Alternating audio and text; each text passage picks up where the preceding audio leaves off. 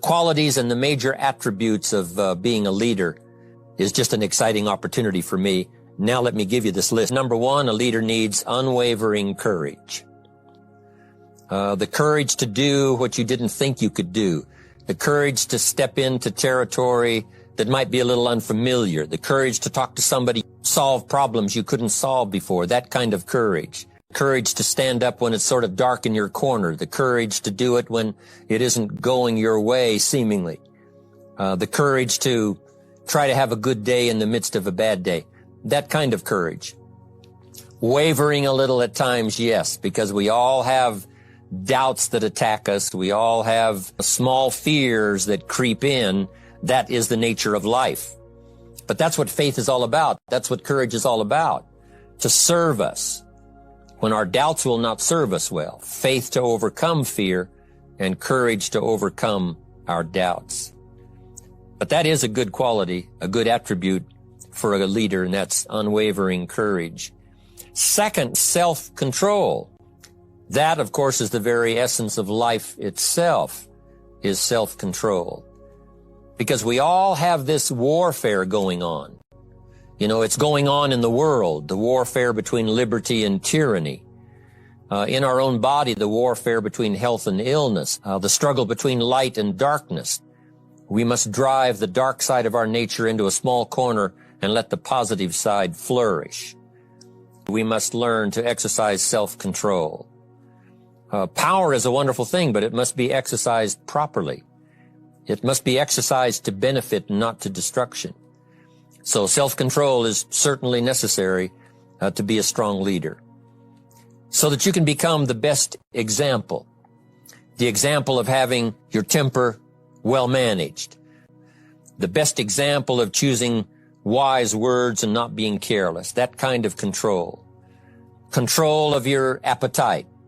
Control of your desires, so that they fit into the positive side of life and not the negative side. Self-control, very important. The leader must have a keen sense of justice. How very true. Justice we become familiar with, even when we're small. When certain things that happened or were done to us that something told us that wasn't right. Something did us wrong. We have that sense of right and wrong, and it starts very early. Then we have to have that sense of utilizing what's right and what's wrong so that we develop this sense of justice, this sense of being fair, this sense of being on the positive side, on the right side. We have to have justice when we're building an organization. What's fair? What is a good balance? The marketing system to be fair for everyone, certain rules and regulations, so that all of us have a chance to fit within this framework of fairness, justice, and what's right. Otherwise, enterprise cannot work. A sense of justice. Here's another one. Definiteness of decision. Indecision is the thief of opportunity. If you don't decide, the opportunity could slip away. If you don't decide what you're going to do today, the day could get away and you're not very effective. The decisions we make in the early part of our life sometimes last for a lifetime. The early decisions that you make about what you're going to do with your life, those decisions are vitally important. If you neglect them and don't make them, sure enough, the time passes and the opportunity sometimes is diminished, and sometimes you spend a lot of time now catching up simply because you didn't make those early decisions. We need decisions to correct poor decisions, to overcome our mistakes. It's possible, of course, for all of us to make unwise decisions. And at the end of 1 year, at the end of 1 week, 1 month, or at the end of a few years, we say, that decision cost me too much. Cost me a lot of time, cost me a lot of money, cost me a chance to be productive. But as long as you're alive, there's still a chance to use new decision power to correct the mistakes of decisions that were bad in the past. All of us have the opportunity to do that. You got to be definite in making decisions so that the opportunity doesn't pass you by. Take advantage. Here's the next one. A good leader has definite plans. How important that is. Make some plans for the future. This has got to be one of the greatest years. You've got to now make your plans. Don't let this momentum pass you by. Maybe you've, because of the lack of plans, have lost a month or two, or you've lost a week or two, or maybe you've lost a year and you were 10% effective instead of 100%. Now's the time to change all that and start making some plans. You got to have some plans for your family. One of the challenges all of us have in making our plans is how to balance everything, to make sure that we don't regret at the end of the year, I spent too much time on that. I spent too much money. Definite plans. The plans for the use of your money so that you find yourself secure regardless of what happens. One more on plans, and that is the plan for your personal development. The plan to be better this year than last year. The plan to take the classes, attend the workshops, do everything you possibly can to show personal progress. Not just financial progress, not just the progress of having one more car or one more home, but the progress of personality, the progress of communication skills, the progress of recruiting skills, the progress in how to deal with people, progress in using your influence so that it multiplies its power by 5 by 10 versus what it used to be. You need those kind of plans. A plan for personal growth, personal development.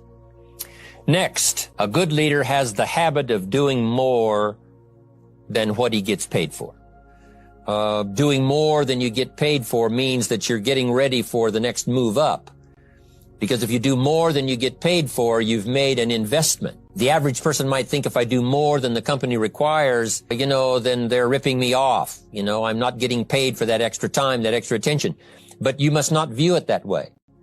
You must say, I'm getting there a little earlier, staying a little later as an investment in my own personal future because I want that kind of reputation. I want that kind of philosophy to work in my life. Do more than you get paid for. So what you don't get paid for, don't worry about that.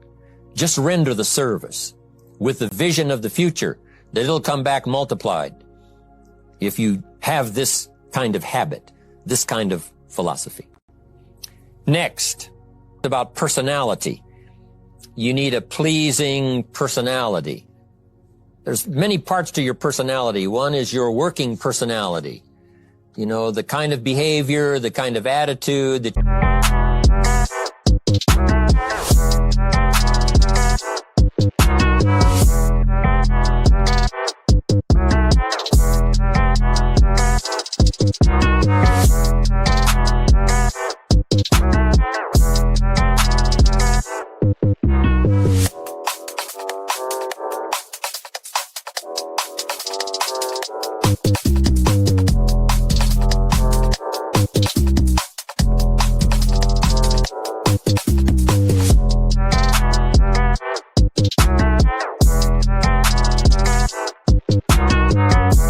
you need, especially in the public. Some things you can kind of get by with being a little careless, maybe in private, but in public, where it counts so much in your paycheck, it counts so much in building your business for the future, your own personality. But here's what you also must remember. You develop your personality in private so that it serves you well in the public. The kind of personality that someone says, I'd like to be around this person. They're unusual. They're not like the average person I meet on my everyday experience. That kind of personality. Here's the best gift you can give someone. And that's the gift of attention. Attention is so powerful. When I was a young man, I met Nelson Rockefeller, one of the richest men in America at that time. He's gone now. But he was a unique individual, ran for vice president of the United States. And I had a chance to be where he was holding a press conference. And I got close enough so that when he walked out, I had a chance to step up, right, when security was not all that severe in those days. And I had a chance to put out my hand, shake his hand, and say, Mr. Rockefeller, my name is Jim Rohn. And what I remember most was the attention he gave me. With the lights of the cameras around and everybody all around, he looked right at me and said, Jim Rohn, where are you from? I said, Idaho. He said, I really like Idaho. It's one of my favorite states in all of the country.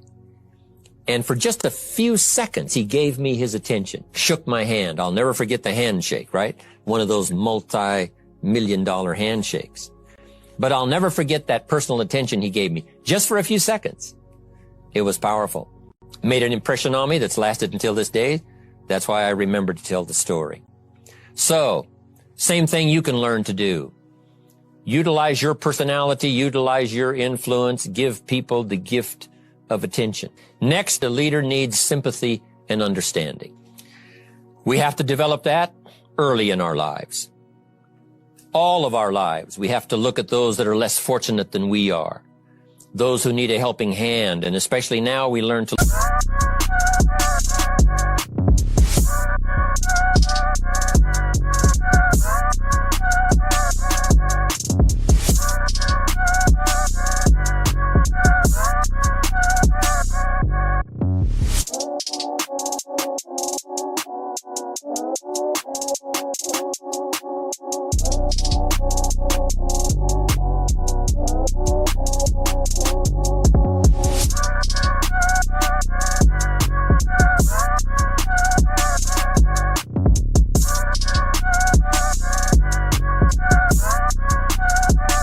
Look at those who need an opportunity, those who need a change in their health, those who need a change in their life and in their lifestyle.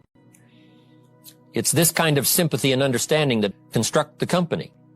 It took that kind of understanding, that kind of sympathy, that kind of deep emotional feeling. What I will do is change it for myself, and then I'll help other people that have the same challenge. Lack of education, lack of the money, lack of the resources, lack of good health, faced with all kinds of difficulties they can't solve.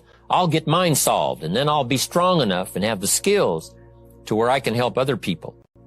That kind of leadership quality is so powerful. That kind of understanding. Here's the next one. A leader must have a mastery of the details. How very true. All can be lost with just a couple of missing details. On the trip to the moon, everything has to work, right? There's several thousand moving parts. There's several thousand pieces to the project of getting to the moon and coming back, and all of them have to work. You can't have 10% of them working or 80%. They've all got to work. And then there's the backup systems for if something goes wrong to back it up.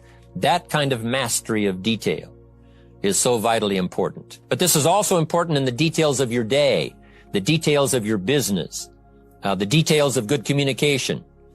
Master the details.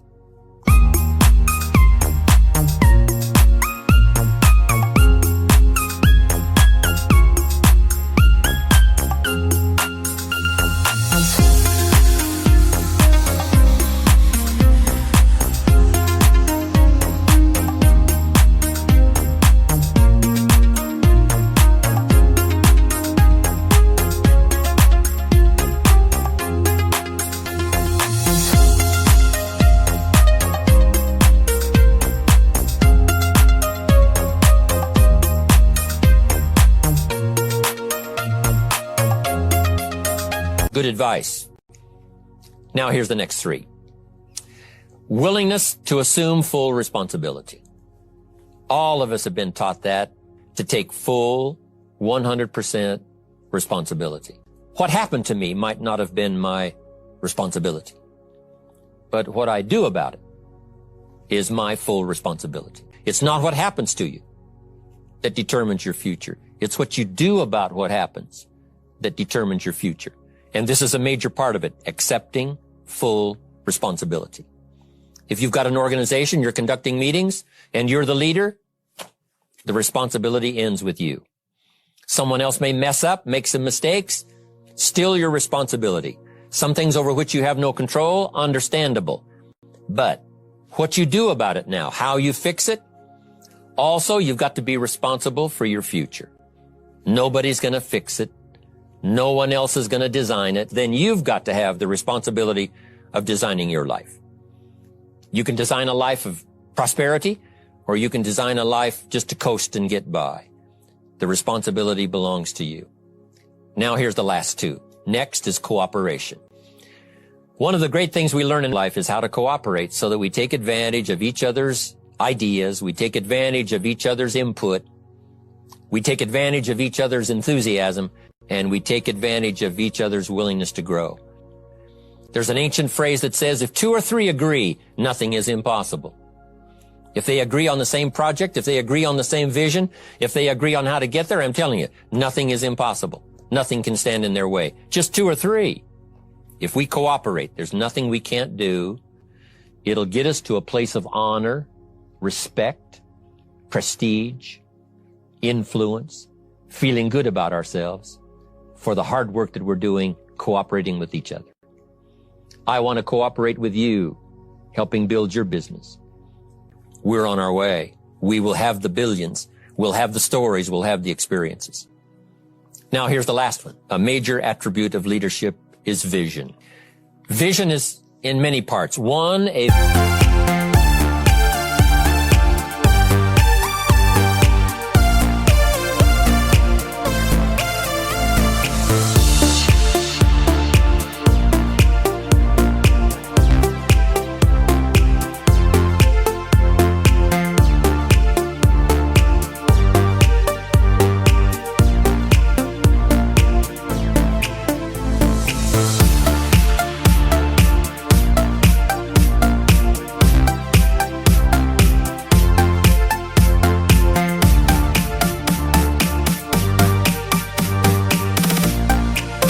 vision for your own course to follow. A vision for you, for yourself. A vision for your financial future. A vision for your health. A vision for your wealth.